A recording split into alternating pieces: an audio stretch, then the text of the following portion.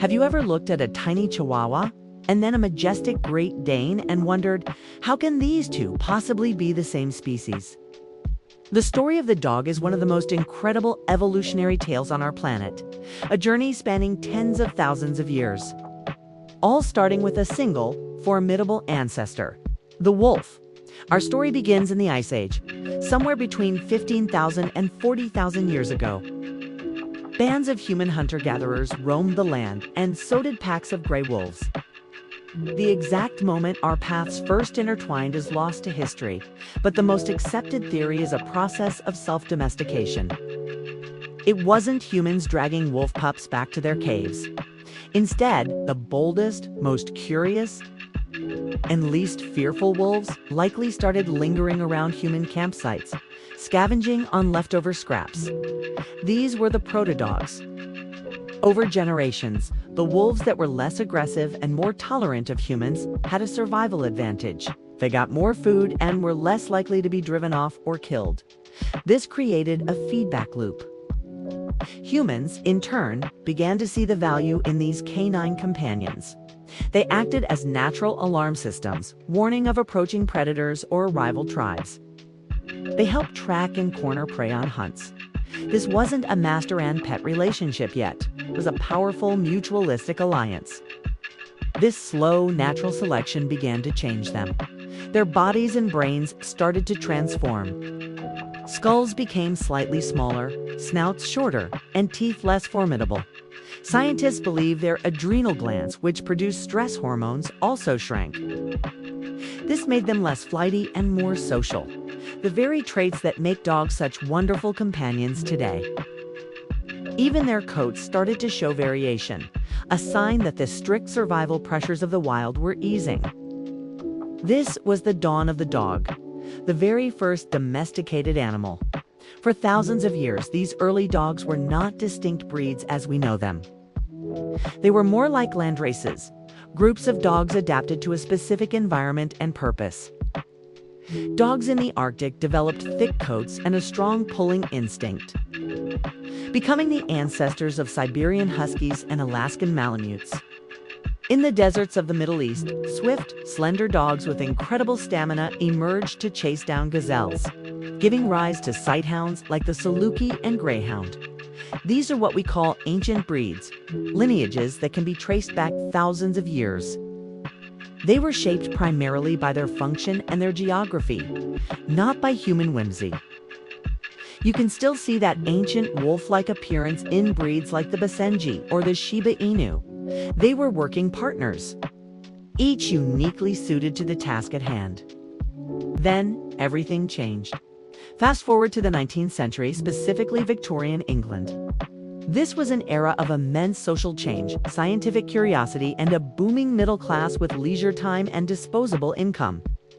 For the first time in history, keeping dogs wasn't just about work. It became a hobby, a status symbol. The Victorians became obsessed with categorizing, standardizing, and perfecting the natural world. And dogs were their ultimate living canvas. The idea of purebred dogs and formal breeds was born. Wealthy enthusiasts formed kennel clubs. The first being the Kennel Club in England in 1873. They wrote down breed standards, detailed documents describing the ideal appearance, temperament, and conformation of each type of dog. What color should its coat be? How should it carry its tail? How tall should it be at the shoulder? Suddenly, a dog's value wasn't just in its ability to hunt or herd, but in how closely it matched this written ideal. This led to an explosion of selective breeding. Instead of breeding the best herder to the best herder, people started breeding the dog with the flattest face to another with a flat face. Or the dog with the longest ears to one with equally long ears. This is how we got the dramatic and sometimes extreme features we see today. The bulldog, once an athletic and formidable animal used in bull baiting, was bred to have a shorter snout, a broader chest, and a more pronounced underbite. The sleek, efficient German Shepherd of the early 20th century was refined for its specific look. New breeds were created seemingly overnight by crossing existing ones to achieve a desired aesthetic. The poodle, originally a water retriever from Germany, was bred down into miniature and toy sizes to become a fashionable lapdog in France. This period, often called the Victorian Explosion, is responsible for the majority of the breeds we recognize today.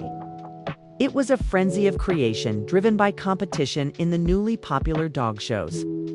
The first dog show, held in Newcastle, England in 1859, featured only pointers and setters. Within a few decades, shows featured hundreds of dogs across dozens of distinct, meticulously defined breeds. The dog had been transformed from a functional partner into a work of art, a living sculpture shaped by human hands. This intense focus on appearance has had consequences. Breeding for specific physical traits, often from a very small gene pool, has led to a prevalence of certain health problems in many purebred dogs. The brachycephalic, or flat-faced, breeds like pugs and French bulldogs can suffer from serious breathing difficulties. The beautiful, sloping back of a Sholine German Shepherd can be linked to hip and elbow dysplasia. The Cavalier King Charles Spaniel's small, doll-like head is associated with a painful neurological condition called Syringh Amelia. This has sparked a modern debate about breeding ethics. Today, responsible breeders are increasingly using genetic testing and prioritizing health and temperament over extreme aesthetics. There's also a growing appreciation for mixed-breed dogs, or mutts, who often benefit from a more diverse gene pool, a phenomenon known as hybrid vigor. From the shadow of the wolf to the champion's podium at Westminster, the dog's journey is a mirror of our own. It reflects our changing needs, our scientific ambitions, and our deep-seated desire for companionship. Every wagging tail, every playful bark, is an echo of that ancient pact made around a Stone Age campfire. It's a story of coevolution, a partnership that has profoundly shaped both their world and ours. So the next time you meet a dog, whether it's a pedigreed champion or a lovable mutt, take a moment to appreciate the incredible 40,000-year history that brought them to your side.